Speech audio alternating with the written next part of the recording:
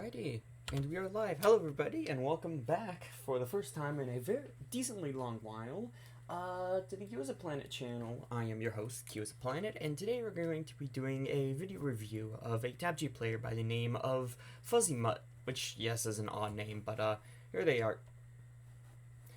Yeah.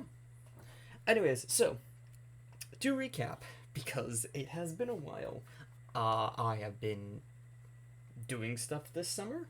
I was a mix of stuff, just like general stuff, and then I've been doing research, and then I was traveling, and then I was sick, also partially while traveling, and then afterwards, and just now have I actually had the chance to come back and start doing reviews again. Now, unfortunately, this also comes with some bad news that they're going to be less frequent than they are before. I'm currently working on my plans for the upcoming year. I'm either going to be away from home for a decent while, doing like Erasmus-style travel programs, so I can't really record, or if I do, it'll be not very often, or I'm most likely going to be picking up an internship for grant consulting, which is a niche job, but one that I feel would be very good for me. For those of you who don't know, the very short explanation is that it's like a type of data analysis, and then it's basically data analysis but for government grants. And yeah, I like numbers, so it's something I could do well, but that is aside.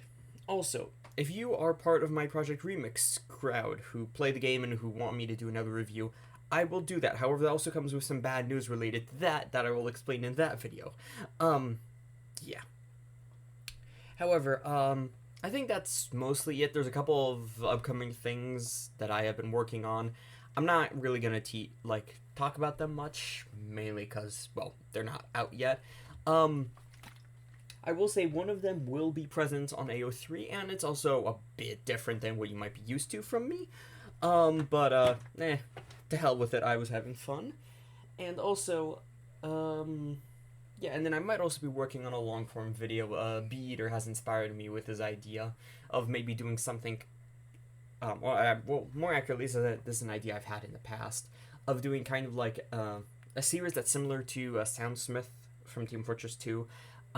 He has a series called A Man's Guide where he does like funny informational videos about stuff. I did one like that, except it was for a different video game like over a year ago, and I've wanted to do a series for TABG, but I never really have.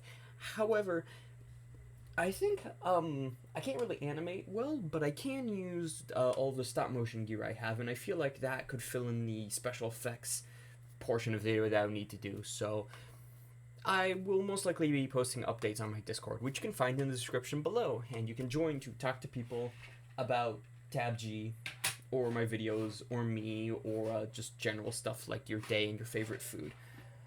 I should probably make a food channel. Yeah, I'm getting distracted. Anyways, that is a recap over. Alright, so now we get to Fuzzymutt. So from what I've seen from them, I am mildly worried, considering that B's reaction was to break into tears at a certain point in the gameplay. He sent me a 30-minute clip of not 30-minute, 30-second clip of him just mildly sobbing in the background of the footage. So, then again, B-Eater tends to react a bit dramatically to these, so yeah. But yeah, from what I've seen so far, because I looked at one or two of the videos when I was traveling, I had some spare time. It doesn't seem to be that bad. It seems to kind of what I've seen so far reminds me kind of a couple of other people I've reviewed where they have some alright fundamentals. They're like a medium level player. They have some mostly alright fundamentals, but they have one or two areas that they are really struggling in, and then that kind of cascades into affecting a whole bunch of different areas. Kind of like how if you have like one pillar of a house that's like weaker than the others, it's gonna like shift the weight of the house, and then by consequence all of the walls above it, all of the flooring above it, and the wiring above it, etc., gets messed up. But yeah, let's get into it. So let's see. This is a pretty hot drop. It's going by all of the big locations. So actual castle, which usually isn't a very big very hot drop unless the truck passes by it, and then it becomes pretty hotly contested. Then you have Finland, which always contested. It goes by Tallwork, which is also a popular location. It's going to pass by Industry, and it's going to pass by Area 64 later. So I think that was a bit of a late drop, all things considered. But landing up here is actually a pretty good idea because it means that you have some chance. I mean, it's going to take people a bit longer to get to you, and hold on.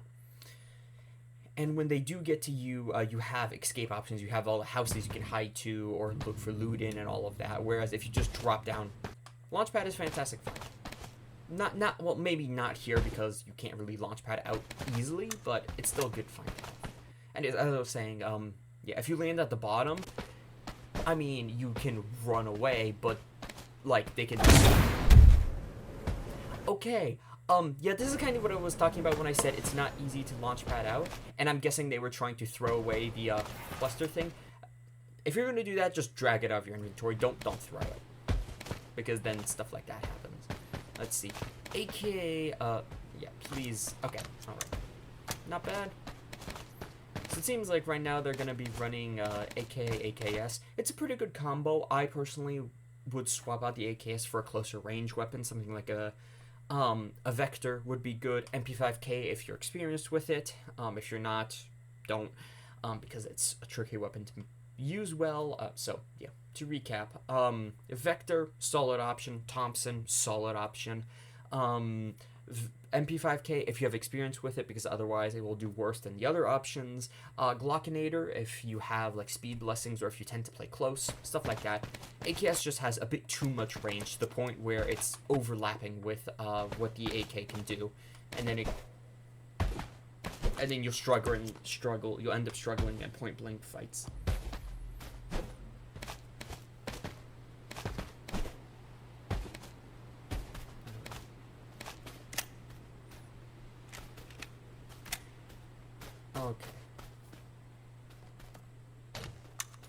Okay, AK Car 98. Alright.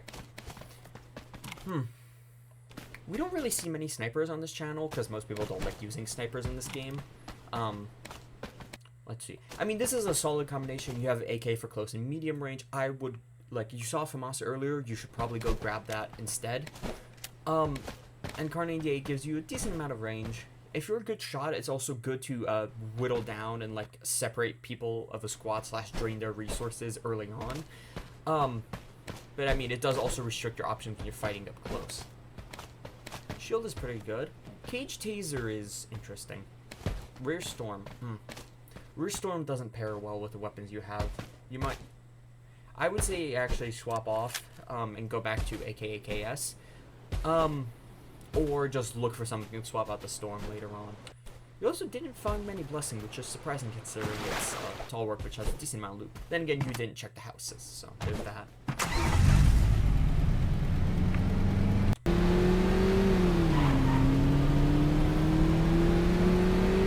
Looks like they're driving around. Hopefully they drive to the outside of Industry, look, and then they go to Industry, because if you have a sniper rifle with an 8x scope, you might as well like scout out the location you're going to before you get there. Which they will... It does not seem like they will.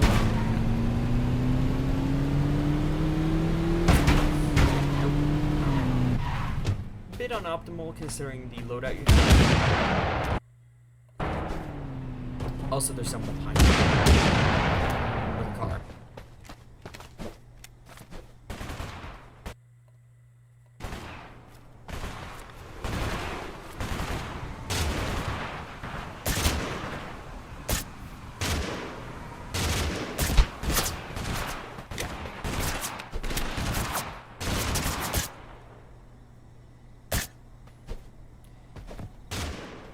This is not the kind of fight you want to be taking, I'm gonna be honest.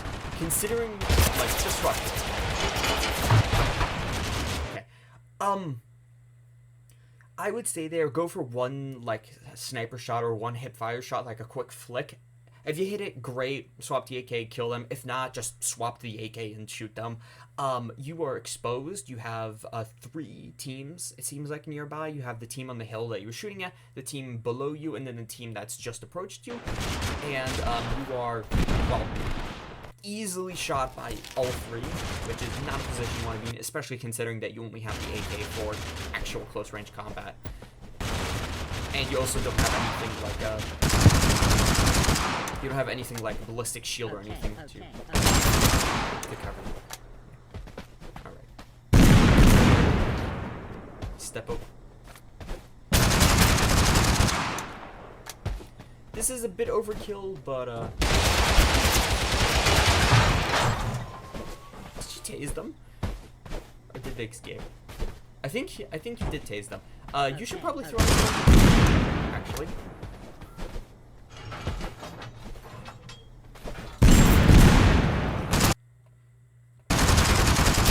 I think they and then blew themselves up. Well, that's unfortunate for them. Ooh, you want these blessings. Yes. And I'd say keep the shield, throw it on instead of storm, because given that you're gonna be sniping, you're probably gonna be taking a decent chunk of damage whilst you're sniping, and having shield to buffer a bit of that damage and like basically just like mitigate it so you can land your first hit, and then you don't have to spend extra time healing or focus. You should probably swap these two. You want health analyzer on the Kar 98 because you're going to be starting fights with Kar 98 and you want to see how much maximum health does the enemy have. So if you shoot them and they're down to 20%, great, you land one AK bullet, they're dead. If you hit it and they're only at 80%, they're going to be a tougher enemy. And that means that you really that means you're going to have to change a bit how you fight them. It does not seem like they'll be swapping it though, which is unfortunate, but it's just something to keep in mind. You're probably gonna, if you find the compensator, you should probably throw it on instead of the most of the time it's a better option with the AK. Like even more than that, I believe the FAMAS is one of the only assault rifles that actually benefits to a large degree from the accuracy barrel. Less accuracy is always good, but most of the assault rifles just have high recoil. You can't shoot through the railings. And I hope you know that now. Is that Freddo? It looks like Freddo. I don't think it's Freddo, but... Also, additional points, you should probably not be standing here. You should be standing on the lower roofs, or you should be like crouched or something like that, because you're a pretty exposed target here. If you are going to be sniping like this, you do not want to be in easy target for everybody else. I do feel like this is kind of funny though, because the other people will have absolutely no idea what's going on. Also, I think either your headphones are backwards or there's something going on with that, because okay, this is overkill, especially considering that your only other mobility option is considering your only other mobility option is a sawed-off. You probably don't want to spend a launch pad getting close to people when you have legs and they are not that far away from you. Additionally, you completely biffed your landing. You want to land next to the people, not directly on them, because there's always a get up time. Unless you land in the water and then and then kind of glide over, there will always be a landing time when you come from a launch pad or from the bus, and that will give people either chance to nullify your advantage of dropping in on them or gain the upper hand by getting the first shots. Now you actually I'm pretty sure this guy was moderately low and you landed like a couple of bullets, but yeah, that was just not super well played. And I hope it does seem like you heard this. Now this is pretty good gliding, which is nice, so. Factory, a bit of a dangerous location to drop back in, especially since it seems like there's no loot, or very little out that, which is unfortunate. Also, if you don't know this, you can right-click attachments to automatically apply them to your guns.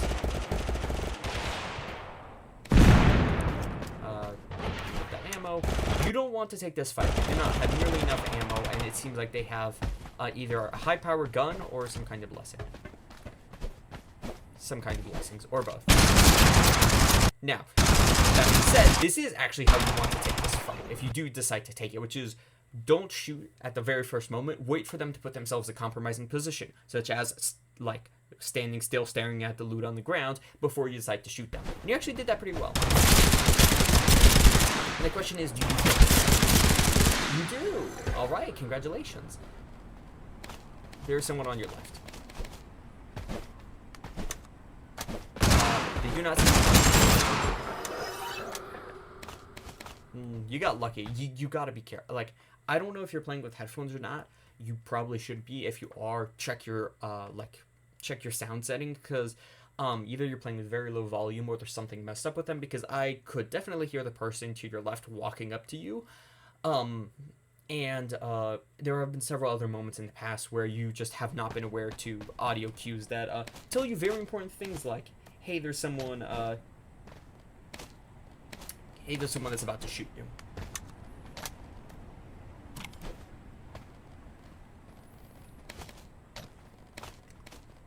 Alright. Yes. Let's see. Yeah, this is honestly solid combination. You should probably heal up. Double shot and AK. I mean, I think you have... Okay, yeah, you have 300 ammo. That's a pretty good combo. Let's see. And what was your blessing choice? Let's see. Jumps, spray thing. Honestly, out of what you have, this is pretty good. Spray makes the AK better, which helps a bit with your close range difficulties. Jumps, fantastic in factory. Additional health, also good. Even better because you only have one close range weapon. Or one weapon that can really be used. Good. Okay.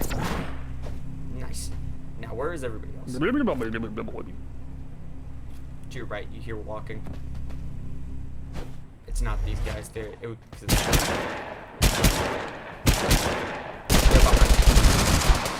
Okay, yeah, you really need to check your audio, because I could hear that guy walking up behind you. So, yeah, overall, bit messy gameplay. I really think that just not being able to hear people is messing you up a lot. Your loadout choice, I mean, it's alright. I'm not really going to comment on it much, but yeah, mostly just being more aware, better decision making in game, because there are a lot of times where you overuse resources like a launch pad or something like that, when you really did not need to, or where you were like, yeah, there's that. And also, you seem to lack a decent amount of awareness, which I think will most likely get you killed. Alright, not bad. I will say, though, actually, from what I can tell, you have a pretty solid aim, which is good. And definitely beneficial.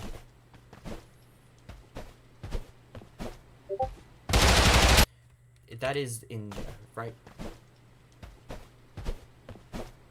Alright, so that's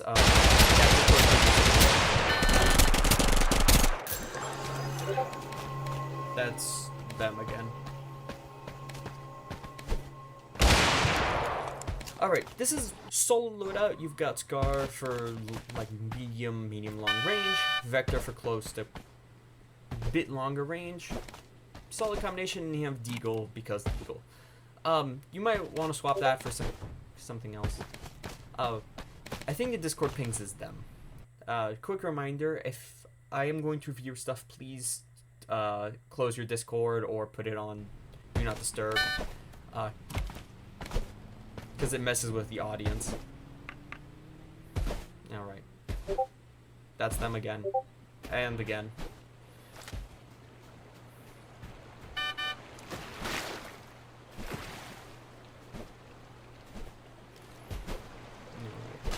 So the 8x on the Deagle is actually not a terrible idea, and I'm going to elaborate here, specifically for scouting enemies, seeing where they are going, what loadout they have, so blessings and weapons, stuff like that. To actually use as a weapon, this is not a good combo. However, the Deagle has a very high damage drop-off, to the point where it's dealing like a third of its damage at 30, like 40, 50, 60 meters. If you want to do this, I mean, there aren't really many weapons you could use. Flintlock, maybe crossbow pistol, but those have slow bullets. Revolver would be pretty good. It's got better damage at range than the thing does. So that could be a good option for you.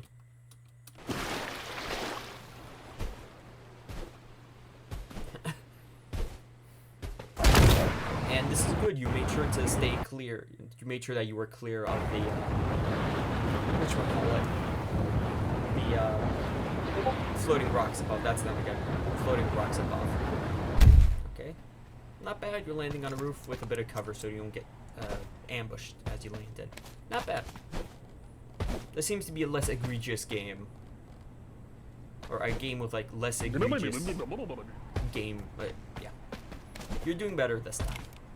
Suppressor on the Scar, I agree, better option. It reduces your recoil and also makes it harder for people to track you. Okay, well that's a fantastic find. Yes, you want that instead of dash. You now need to start getting kills to make this work well, because, well, I mean, it's the hunt. It's scale up kills. I suspect they were doing that to make it sound like there's a fight here to draw people over, because people, if they don't have much else to do, that's them again, will chase down gunfire sounds, because, well, fight. And fight means kills, kills means wins. Most of the time. That's a pretty solid option. Unfortunately, it does not seem like their plan to lure people over has worked for now, which means that you should probably get moving. You spent about, like, what, a minute and a half in industry, and there's been no sounds from the neighboring areas or people attacking you, so you might as well just go. Going for the airdrop. And yet again, they are trying to draw attention to themselves, from what I can tell.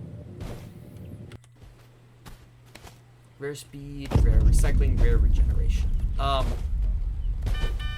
You should probably keep at least one of these. You should probably keep the regeneration, actually, and then drop the spray.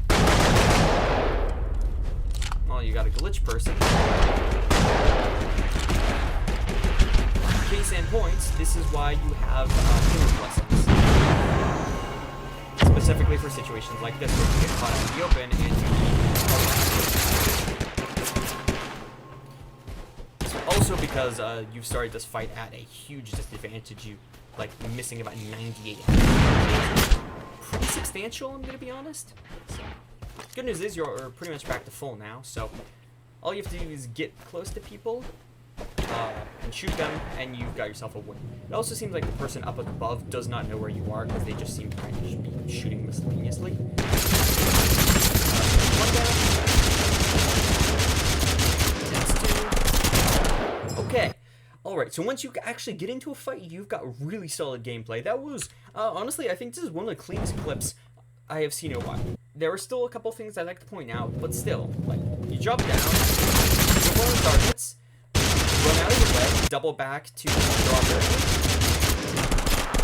and then you're always staying on the move, and you swap over to the vector. Now, very solid, absolutely well played. A couple of things you could have done better. Firstly, you could have just taken this fight completely differently and thrown down a fire grenade at their feet and then jumped down, which what that would have done is that, best case scenario, you catch all three and you either heavily damage them or just flat out kill them with a fire grenade, which one fire grenade for 3 people dead, pretty good trade. Second thing you could have done, and even if it doesn't kill them, it hurts them a lot. Now, if you don't want to do that, you still did well here. You probably should have had the vector out when you dropped down first instead of the scar, since you knew that when you were dropping down, you were probably going to be directly in somebody's face, and the vector has higher DPS, which means it's going to take less time to actually kill someone once you're directly in someone's face. Now, this does most likely mean that you would have had to maybe reload the scar to kill that third person, or you could have just swapped over to Deagle, run behind the pillar and reloaded and healed, or something like that. But overall, pretty good. And in terms of just overall, let's see here. You've got really good training, and this third guy does not land like a single bullet on him. So, fantastic. Spray is also helping out a ton here. Even if he did run out of ammo in one of these guns and the other person was still alive, the reduced reload time means that he would have had 0 issue. Oh, it looks like... Alright. Unfortunately, I don't think... Alright. You should probably throw a compensator on the Scar H instead of the Vector, if you're going to be using the Scar H as like a medium range assault rifle. Otherwise, then, I mean, yeah, you might as well use a suppressor. But usually the compensator is better. Yes, speed in this game is incredibly beneficial, and it is probably, it's the most common, the most popular, and usually the most effective way to, well, do well in TABG.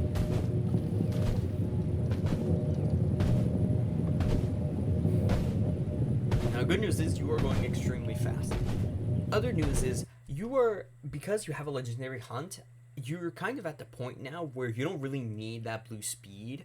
It's helping, but I'm pretty sure speed blessings have diminishing returns, which from what I know mostly kick in when you get to like extremely high levels of speed, but you're already going incredibly fast. It would probably be better for you to throw on a healing blessing instead of the blue speed you have. Because it'll means you'll now see that right there is a very good use of Deagle. You see the two people approaching and now there we go. So car, this is honestly pretty well played so far. So Deagle lets him see that there are two people in the car and that they're approaching over the bridge. So he anticipates it. Once the, you can see there, he waits here. Once you see that, he's going to throw the fire grenade somewhere in this general area here. Hold on. Yeah. Somewhere in this general area here, which does a couple of things. Either A, it's going to force them to veer off and go somewhere else, which is usually beneficial for him.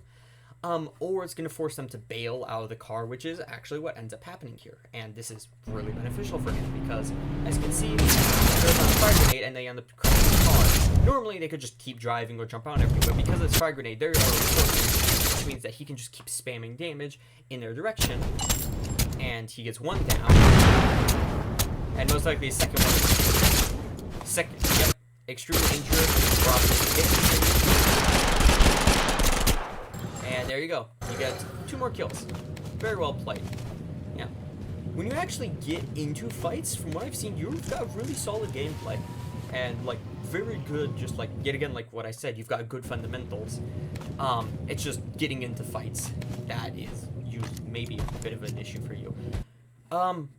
I do not, there was an accuracy barrel. Accuracy barrel is usually the best option for the Vector, mainly because it has high spread.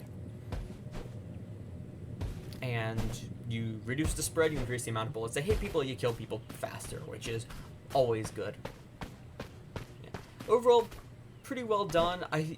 You did struggle a bit with spotting who was down and who wasn't at the end there, in that last fight. But aside from that, yeah, nothing notable. Alright, so he did hear gunshots this time, which is beneficial. Or, I mean, it means that his audio is actually working this time. Or there. Actually, I think it is a she. Sorry, I think I've been calling you the wrong gender by accident. I'm just... Yeah. Sorry about that. It is, I promise you, it is not intentional. Let's see. So you hear someone above you. Start the fight with the Vector. Finish the fight with the Scar H. That's usually how you want to do things if you're getting up close to someone.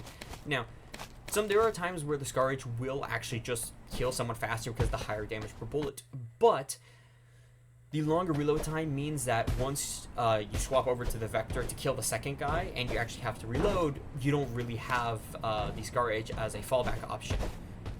And that means you have to reload both of your primary guns instead of having one primary gun that can be quick to reload, or a secondary gun if you know that they're at like 5 health. It's mostly just an optimization thing, but a lot of TABG is about that, just like kind of shifting the odds to be ever in your favor. Which means that basically TABG is just kind of like math. but with ragdolls. I mean, okay, technically, from a computational standpoint, TABG is really just a lot of math, but that's a boring answer. So, this is good. I still think you should probably throw in a healing blessing here instead of your blue speed here. You've got more than enough kills. This is good, though. I can't tell if you are appropriate distance between yourself and the guy with the shotgun, which is absolutely excellent. One of the only true counters against high-speed people is incredibly high damage output weapons, either from things like one-shots, so crossbows, muskets, sniper rifle, headshots, etc., or from incredibly high damage per second weapons, so machine guns, Glockinator, minigun, stuff, AA-12, etc., etc. And Mossberg is one of those weapons, so the fact that you're moving away from them intentionally or not, I'm not sure. It did seem like it was kind of on purpose to reduce the damage that they can do to you, even if they did manage to hit you. It was good. Alright. This is really, really solid gameplay so far. Like, there were a couple things you could have done better, like moments where you could have played like a little bit smoother to optimize, but so far from what I've seen, this is pretty good. Mostly just like loadout choice and attachment choice is my main complaints here. You do seem to be aiming quite well despite not being able to see your bullet tracers though, which is interesting, which is like very curious, because most people do rely on the bullet tracers to be able to aim. It's kind of just a...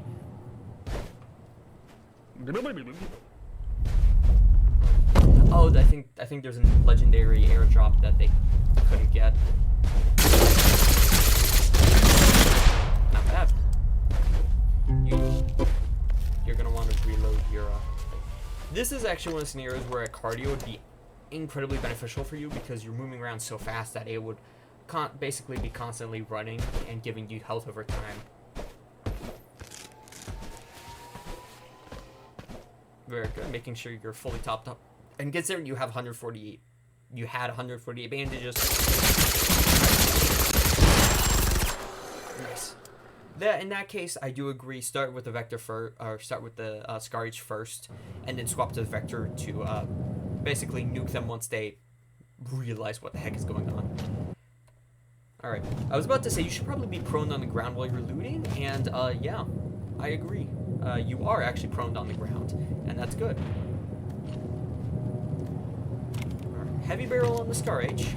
You really should have taken that legendary generation. However, it seems like you took a max health blessing, which, whilst not as strong, is still very good. Also, the heavy barrel on the Scar, considering that you've been using it as kind of like a medium range weapon, or it's good. Like, if you can control the heavy barrel and what you can, you are good enough to actually control it. Alright. So there's one guy left. He's killed the person down there, and he's killed Press Orange, which I believe were from people we ran into earlier in this match. So the question is, who's left, and how much of a threat are they? This guy was Let's see what happens. Nice. Solid. Okay. Overall, that was admittedly, this was a win, but overall, much better showing than the previous game. Like, the actual fights, you struggled a bit to, like, starting fights or getting into fights, but when you actually did get into them, your aim and your movement is clean enough that you had pretty much no issue whatsoever. I do disagree with your loadout choices in in regards to blessings and attachments. There is, okay, so this kind of gets into the messy, gray, subjective territory of TABG, where technically you can use pretty much any barrel on any gun you want. It's a free world, you can do whatever the hell you want. But there are options that are a lot more beneficial than others. Case in point, usually an accuracy barrel is better than a suppressor on a Vector. Now, keep in mind, this is for most people who are like trying to get better or who struggle to know what they're doing. However, from what I saw, I will actually make an exception here, specifically regarding the gameplay I just saw, because given like you hold on, that has been a bit, so I'm struggling to compile my thoughts. Even though you were using attachments that aren't what people traditionally use on those weapons, you were doing just fine with them. So, I mean, yeah, go ahead, have fun. Like, I still think that there are better options than what you would use, and that an accuracy barrel would be more beneficial than a suppressor for you on the Vector, for example, but... Now this, however, is a point I will bring up. Not give healing blessings much attention as you should, especially considering you are a solo squads player. So, one of the difficulties of playing solo squads is that you do not have teammates, which means you do not have people to back you up. Say, for example, when you've taken a huge chunk of damage and you need to heal, there isn't someone that can stand there and be like, hey, I'm a target, shoot me instead of this hurt person, as you bandage up, and then you can alternate or whatever you want to do with your buddies.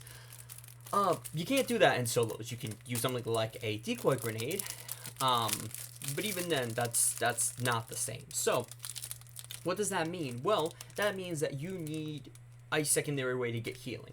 Or at least, well, you need a way to mitigate all the incoming damage, because also, additional thing, there are less people in your team, or actually, you don't have allies that can absorb damage, so you're taking every single point of damage that the enemies are dishing out, which usually is a lot because they're 2, 3, 4 people. So, how do you get around this? Well, one is speed. You just don't get hit, which usually very strong option, however, not always the best. Second option is bonus max health. If they have more health to get through, hopefully you can kill them before they get through all of the health.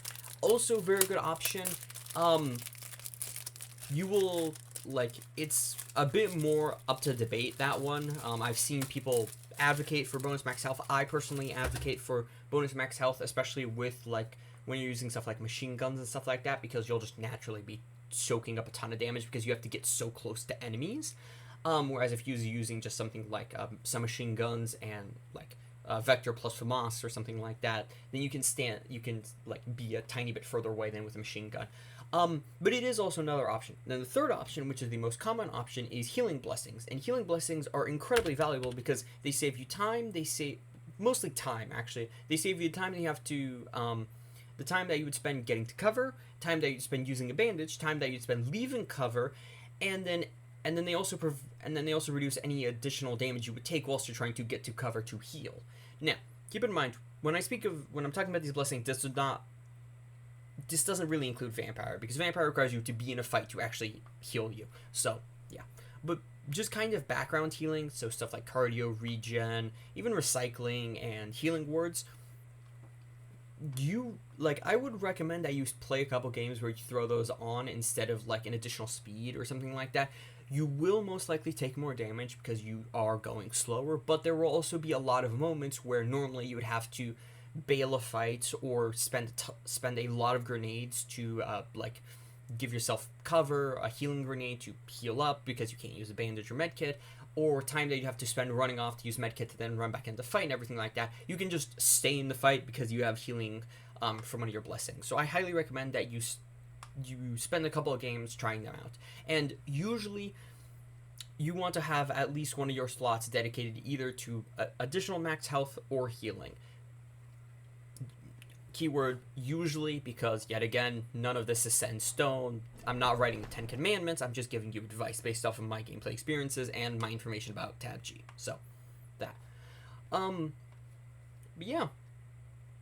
Also, you seem to be pretty good with grenades, from what I've seen. I don't think you use them enough. You could definitely stand to, use offensive grenades a lot more. So things like, just standard grenades, like this one right here, that you have in your slot 2, but also like over here, but also stuff like implosion grenades, not stun grenades, but like snowstorm grenades, stuff like that, because they will slow down, and they will basically they push the odds in your favor when you're dealing with a group, and they can also help you get a down very early on, so that when this fight actually properly starts, you're already up, like you're already quote unquote up a player, so it's only a 1v2 instead of a 1v3. And continuing that, to actually get better with said grenades, I mean, you can just kind of like go into firing range and do firing range drills, or you can ask someone to do a 1v1 and like just have the loadout include stuff like implosion, snowstorm grenades, etc., and try and use them. So like I can only kill them while they're stunned or while they're snowstorm, etc.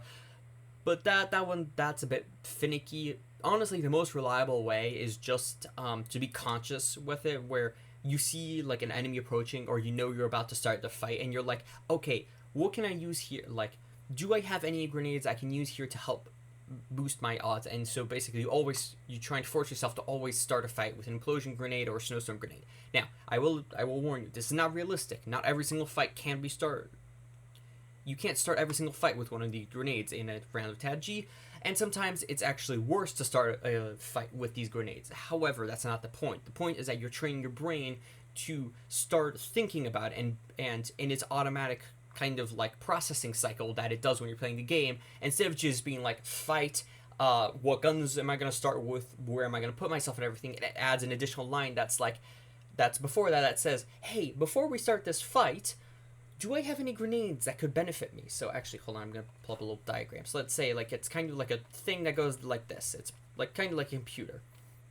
And so this is just kind of like the order it follows to go along and everything. And so normally this is just kind of like you see someone, and then you get close to them, you start shooting them, you get hurt, so you heal, which leads to a different path and different set of instructions, etc. Or if you're not hurt, you just go down here and all of that. And instead, what you do is that you're doing this, and then you add on an additional line that says, hey, hold on, before we do any of this, can we start any of this with a grenade? Or would a grenade benefit me and help my odds? And if so, then it leads you to a different path where your odds are better, instead of just down the I'm going to shoot them path. But yeah, anyways, time for game 3. Also, I'm only going to review these 3. I know there are additional ones in the folder. I've already seen those, and most of what's in there matches up with, well, all my previous statements so far. Also, you will hear munching. I have crackers. I am hungry.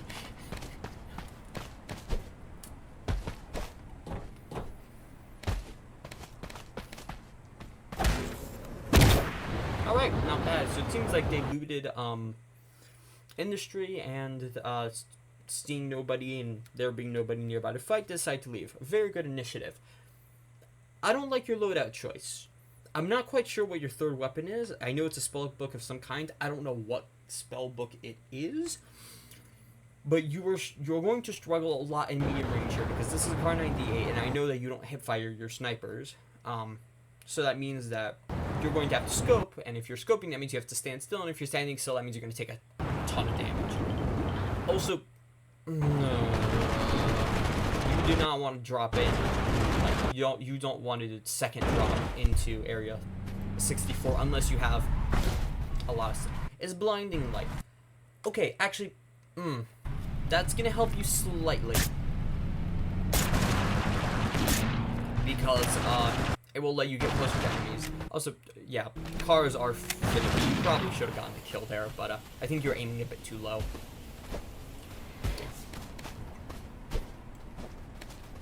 You really should be looking at getting some machine gun, like, I don't even know. Yeah. Something like a vector, actually.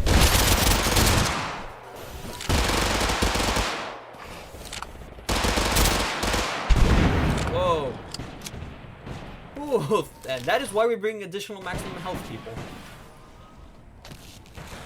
Because of stuff like that.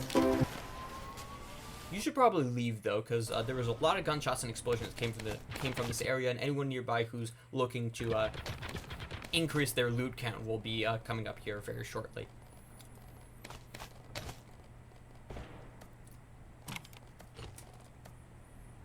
Okay. I still don't agree with the Glockinator choice here. But, I mean, your blessings are pretty good. Also, it seems like they have actually gotten a couple of kills, so this recording started mid-match. I think probably your better option for that thing would be once you actually spot them, you just back out and throw a grenade at them, and then you shoot anyone who escapes the room. That probably would have been more beneficial for you, and also less dangerous. Yeah, no. Keep the purple health for now.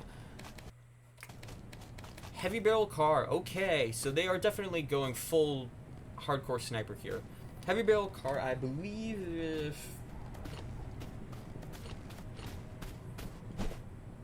Hold on. I believe heavy barrel car can one shot to the torso, if my math is correct. It either one shots or it leaves the target almost dead, which is pretty much the same thing. However, it does also make the weapon more finicky, and also pretty much completely prevents you from using it at close range, which means that all of your close range fighting is going to be reliant on the Glockinator, which admittedly is a very good close range weapon. So this is actually not a terrible combination, I must say.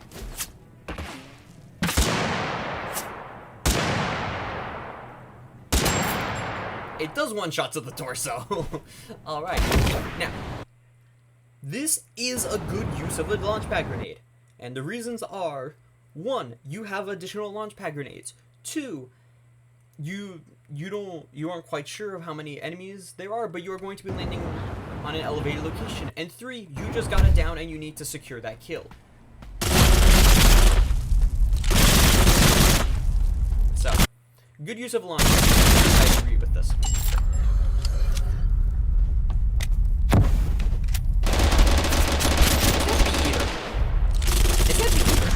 It looks like B. I don't know. No, it's just some other thing. Yeah, no, that's not B. I had the outfits wrong. I just saw yellow and I was like, oh, huh. Are you fucking... Oh, yeah, I remember seeing this, the beater wannabe. Alright, hold on, let me comment on this fight. Okay, so...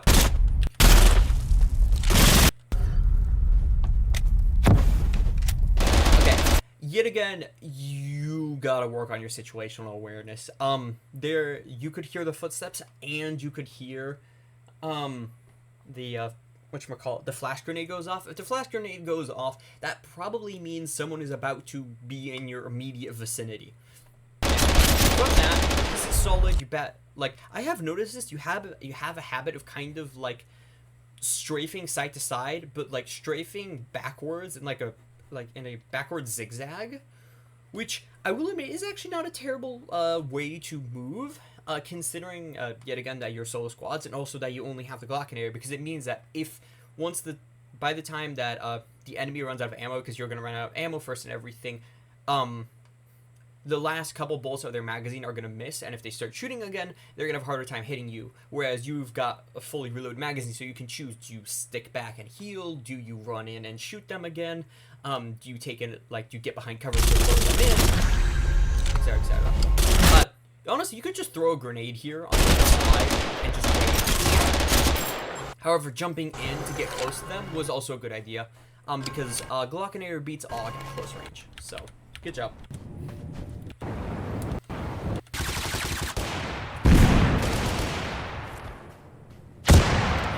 Alright.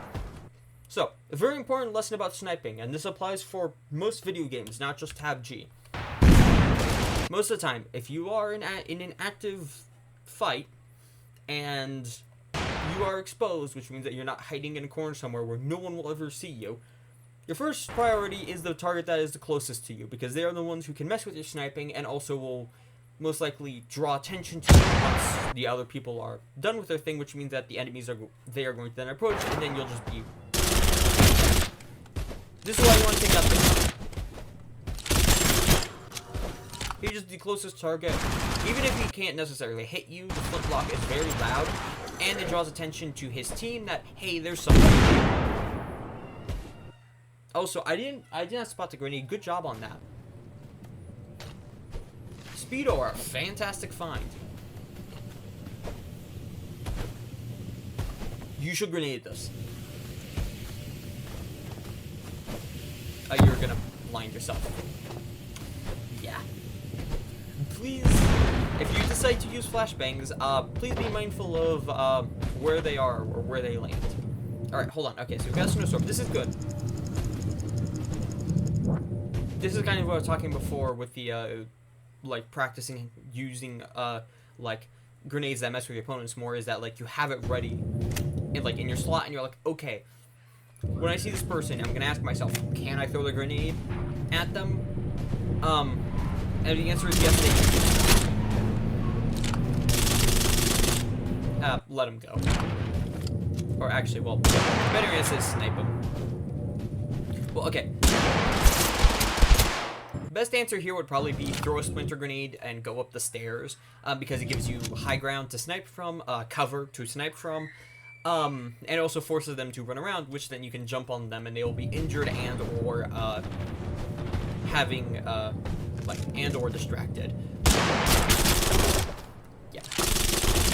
You gotta keep in mind, if you're using a high magnification scope heavy barrel sniper rifle, to use it at close range, you either have to hip fire, which I know you don't do, or just admit that you can't use it and either bring a third slot that can, or just run at the person with the gun. Also, you need to get into zone.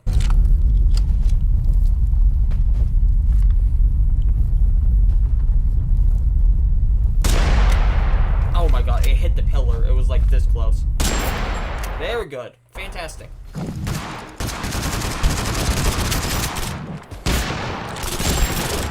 Alright. Bit dangerous. You probably should have thrown the snowstorm grenade as you approached. It would have messed with the guy and it would have messed with his aim, and it would have also prevented him from moving around, which means that he most likely would have panicked and just tried to keep shooting you with whatever his gun was. Or even if he did swap the shotgun, he would have had a harder time hitting you.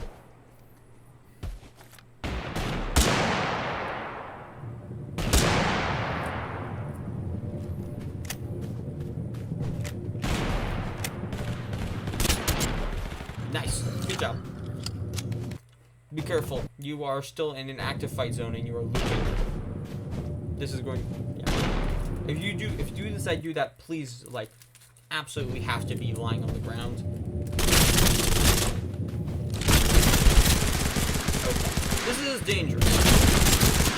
Alrighty, very good. You ficked him in and then you jumped over his head.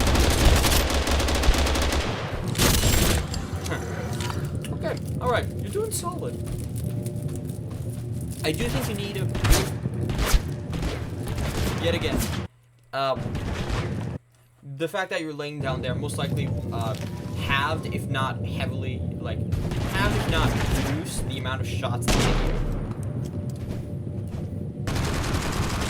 Oh, it looks like it's a 2v2, which is very good. Snowstorm here, not the best, but it does give you visual cover and makes it, makes it so that the people on his left here don't see him approaching. Very good. Okay, this is fine. You still know that there are people near you, so you gotta be careful.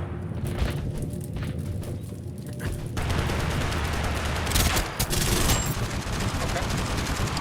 One down. Okay, you want to take out these guys. Okay.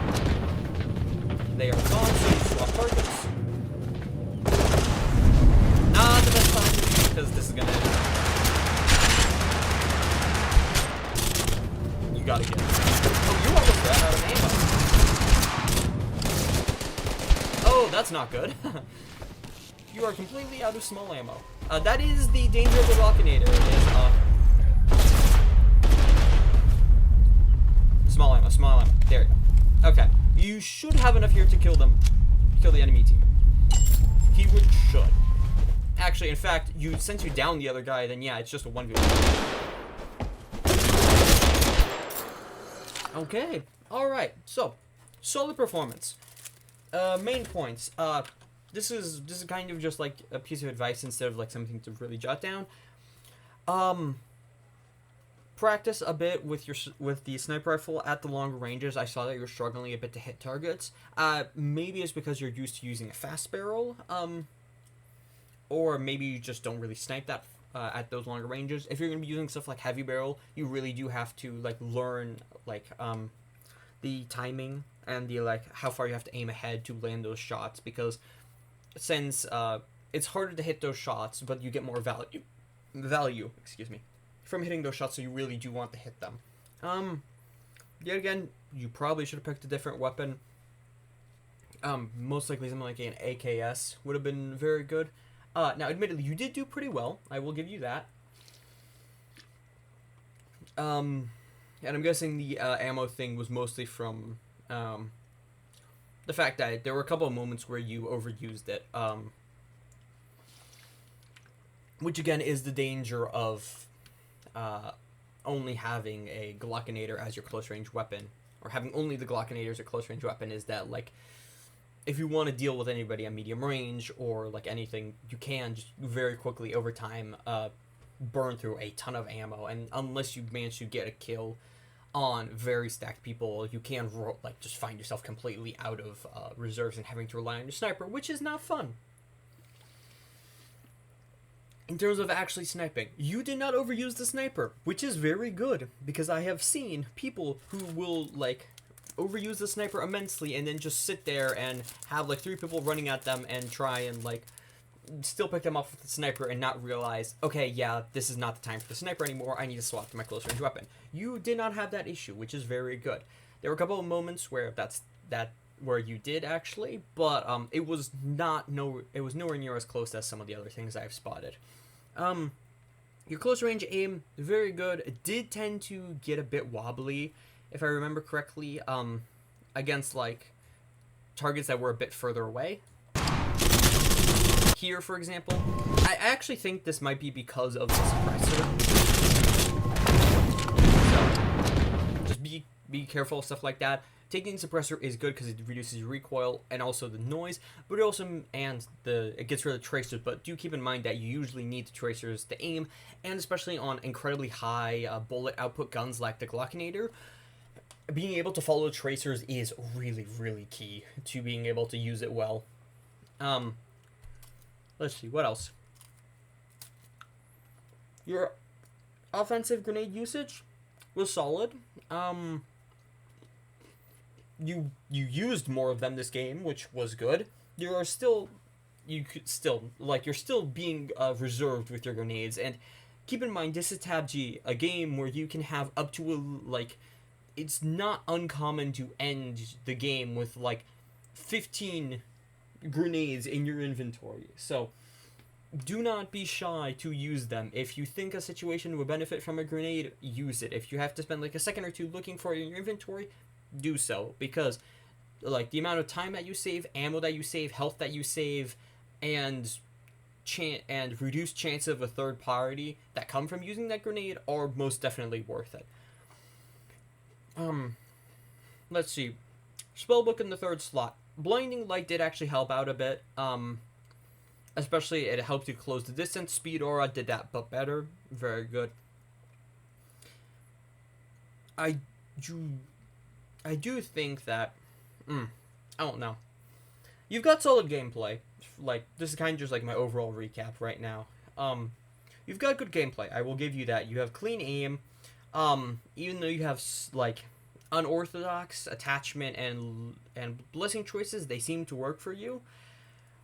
However, I think that if you do choose to use a sniper, you are going to have to practice with it a lot. And when I mean a lot, I mean, like, spend, like, the next 10, 20 hours of your time in TABG practicing with the sniper in customs, in normal games, in firing range, etc., etc. And I will get into the reasoning for this. The shorter version of this, because I do not want to make another 2-hour video, as some of my previous reviews have become because of my rambling. Sniper rifles are very high risk, very high reward. You get the ability to deal massive damage to anybody at a distance. However, it does severely limit your. It has very limited use cases, and because of that, you limit yourself in the situation that you can be effective in. Now, you can get around this in a couple of ways. Number one, being extremely good with a sniper rifle. This includes things like knowing how to hip fire, knowing how to flick, like landing shots while jumping or strafing, even with a high power scope. If you learn these skills and stuff like that, you expand the use cases of your sniper rifle, which means that you're restricting yourself less and less. That's option one. That one takes a bit of time, a lot of practice, and stuff like that.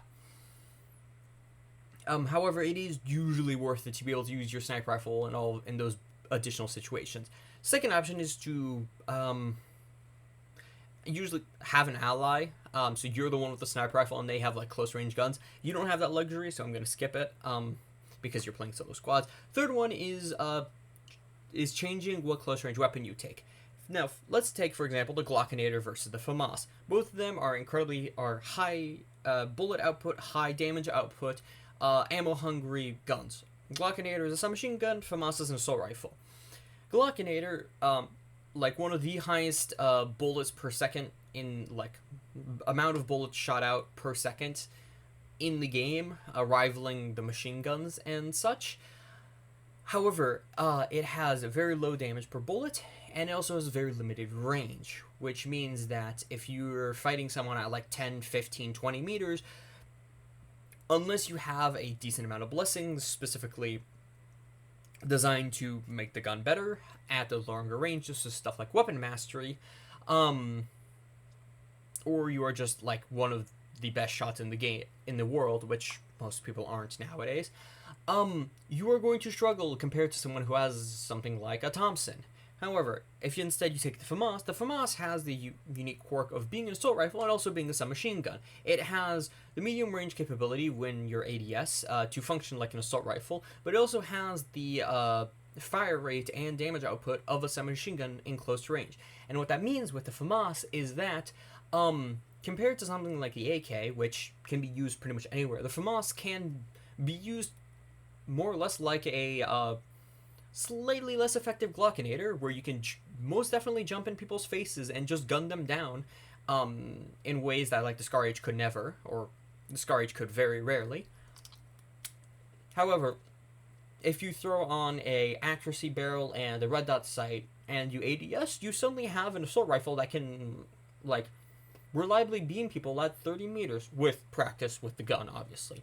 Now what that means is that suddenly, instead of having two very extreme situations that you work well in, long range, which is an extreme situation in TABG, and very short range, which is where the Glockinator exceeds, now you suddenly have 3 times as many ranges. You have very short range, where the FAMAS can hold up with some of, it's pretty much on par, if not just slightly below par, of the, other guns that excel in 0 to 5 to 10 meter range. Close range, the FAMAS does incredibly well.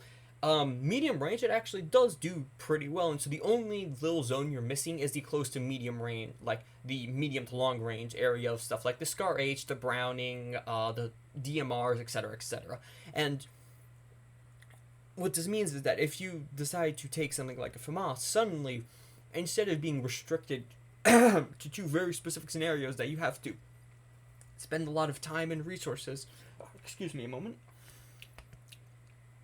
instead of restricting yourself to 2 scenarios where you have to spend a lot of time, resources, and or health to get in there to be able to work well, you suddenly have a lot more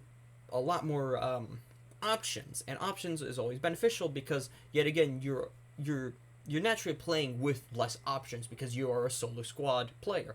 So if you can artificially boost your options by having a gun that's more versatile, even if it has slightly less damage per second and it takes an extra bullet or 2 to kill a player with a lot of blessings compared to the Glockinator and everything, you have 3 times as many situations where you can go and kill that stacked with blessings player. And that means that that's a lot more kills you can get, that's less resources you have to burn, that's less time you have to spend healing or in a fight, that's more kills you can get over the course of a match, and then over time that scales and scales, that's more wins, that's better gameplay, that means you can get better with your sniper rifle since you don't have to since actually that's another thing, is that if you do end up using something like FAMAS instead of the Glockinator, because the FAMAS is so versatile compared to the Glockinator, you can use your sniper rifle more freely and just be like, and just know that, hey, I'm gonna use my sniper rifle here. If something goes wrong, I can just fall back on my FAMAS. I'm gonna use my sniper rifle in this situation. That's uncomfortable for me because I've never used my sniper rifle in here. So like, let's say someone at 45 meters, which is not super far away for a sniper rifle. That's like the edge of like where the Scar Rage starts to struggle a bit. Like, I've never really used like I'm projecting as you. I've never really used the sniper rifle at like 45 meters, for example. But I know that I can try and use it. If it succeeds, then fantastic. I've improved my skills with. I've improved that subset of skills with the sniper rifle. I'm getting better as a player, and I go on with my match. If it doesn't work out, I don't have to worry because I can just fall back on the FAMAS, and as the fight slowly closes into 30, 20, 15 meters, I can just go with the FAMAS, and I don't have to panic waiting for the specific moment to jump out to use the Glockinator, have to use something like Speed Aura to get close to use the Glockinator, have to use grenades, etc., etc. So, overall, that's mostly my thoughts. If you want, you can ask me in the Discord, and I can give you a list of guns that pair well with sniper rifles and DMRs and stuff like that. I also would recommend that you try out some of the DMRs. Everybody shits on them, Bee-Eater and dual rotor helicopter included. I disagree heavily. I think that DMRs are less effective than sniper rifles because they are DMRs. They do not have the one-shot capability. However, they are still a good subset of weapon to be able to use, and if you are a good shot like you are, you can get a lot of value out of them. So I recommend that you try picking up stuff like the Garand and the Winchester in a couple of games and stuff like that. And if you want, I can give you tips on that as well. But yeah, anyways, that concludes my review of Fuzzymutt gameplay. Overall, pretty good gameplay. Definitely a lot of like a moderate amount of things that need tweaking, smaller things like the attachments you use and the blessing combinations you use, and then bigger things like your weapon pairings and your skill set. You definitely need to like expand your skill set with sniper rifles and grenades but yeah, overall not terrible, and definitely nowhere near as bad as B made it out to be. So yeah, anyways, thank you all for watching, and I will be back relatively soon with a new video, so see you then. Ciao.